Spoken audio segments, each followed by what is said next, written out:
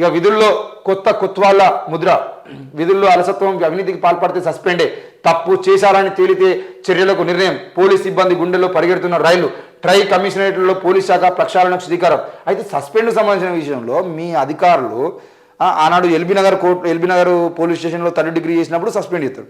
మళ్ళీ వాళ్ళని తీసుకుపోయి ఉద్యోగం లేకుండా అంటే జైలు పంపించారా లేదంటే ఏం చేశారు?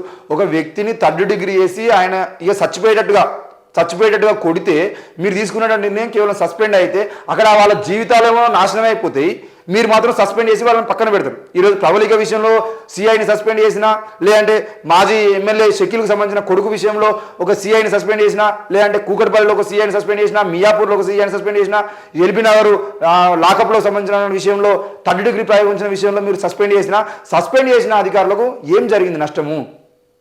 ఆ విషయాన్ని కూడా చెప్పాలి కదా. మీరు సస్పెండ్ చేస్తున్నాడు, మళ్ళీ 6 నెలలు ఏడాది తర్వాత ప్రజలు తెలియకుండా వాళ్ళని మళ్ళీ తిరిగి విధుల్లోకి తీసుకుంటారు. ఆ విధుల్లో తీసుకున్న అధికారులు మళ్ళీ ఏదో లూప్ లైన్లో ఒక 2 నెలలు 3 నెలలు పని చేస్తారు. మళ్ళీ పని చేసిన తర్వాత ఏదో ఒక రాజకీయ నాయకుని అండతోని వాళ్ళకి అవసరమైతే ఇంత లంచం ఇచ్చైనా కూడా మళ్ళీ తీసుకుపోయి మళ్ళీ వాళ్ళకు కావాల్సినటువంటి పోస్టింగ్లో వాళ్ళు కూర్చుంటారు.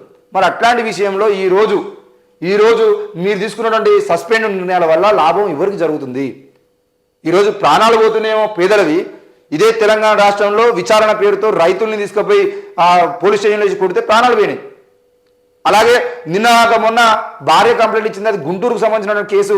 మళ్ళీ కూకట్పల్లి పోలీసులు కేపీహెచ్బీ పోలీసులు తీసుకొచ్చి మళ్ళీ 3rd డిగ్రీ ప్రయోగించిందంటే ఆ బాధితుడు కాళ్ళు చేతులు లేక ఇప్పుడు కాళ్ళు నడవలేనటువంటి పరిస్థితుల్లో మంచానికి పరిమితమైండు.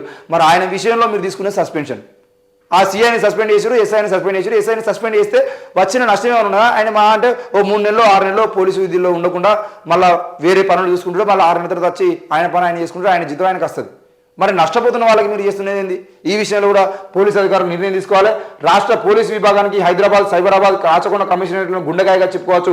ఈ ట్రై కమిషనరేట్లకు ఇటీవల కొత్తవాళ్ళుగా బాధ్యతలు స్వీకరించిన కొత్తకోట శ్రీనివాసరెడ్డి, అవినాష్ మహంతి, సుధీర్ బాబు తమదైన మార్కును కనబరుస్తున్నారు. విధి నిర్వహణలో అంకిత భావంతో పనిచేస్తున్న అధికారులను ప్రోత్సహిస్తూనే అలసత్వం వహించిన అవినీతికి పాల్పడిన వారి పట్ల కఠినంగా వ్యవహరిస్తున్నారు. డ్యూటీలో హద్దులు దాటిన వారిని సస్పెండ్ చేస్తున్నారు.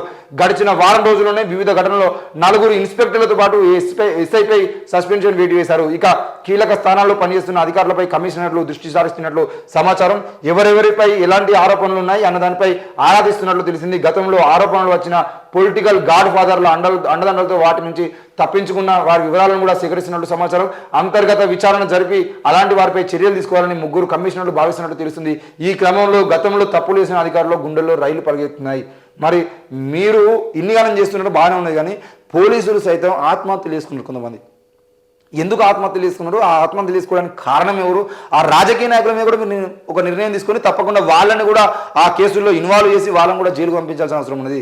కేవలం సిద్దిపేట కమిషనరేట్ పరిధిలోనే దాదాపు 2-3 ఎస్ఐలు ఆత్మహత్య రివాల్వర్తో కాల్చుకొని ఆత్మహత్య చేసుకోవాల్సిన పరిస్థితి ఎందుకు వచ్చింది? ఆ పరిస్థితి కారణం ఎవరు? అక్కడ ఉన్నటువంటి అధికారులు కూడా విచారణ చేసి తప్పకుండా వాళ్ళ మీద కూడా నిర్ణయం తీసుకోండి. ఎందుకనంటే ఈరోజు తెలంగాణలో అత్యంత ఒత్తిడికి గురవుతున్నటువంటి పోలీసు అధికారులు కానీ, కానిస్టేబుల్ కానీ, వాళ్ళని హోంగార్డులను కానీ కాపాడుకోవాల్సిన బాధ్యత కూడా మీరు విచారణ పేరుతో వాళ్ళు చేసిన తప్పుల మీద ఎన్ని నిర్ణయాలు తీసుకున్నా అలాగే వాళ్ళని కాపాడుకోవాల్సిన బాధ్యత కూడా తప్పకుండా మీ మీద ఉంటుంది. కాబట్టి అట్లాంటి ఒత్తిడికి గురి కాకుండా వాళ్ళు వాళ్ళ స్వేచ్ఛగా పనిచేస్తున్న విధంగా కూడా మీరు నిర్ణయం తీసుకుంటే బాగుంటుందని చెప్పేసి కోరుతా ఉన్నాం.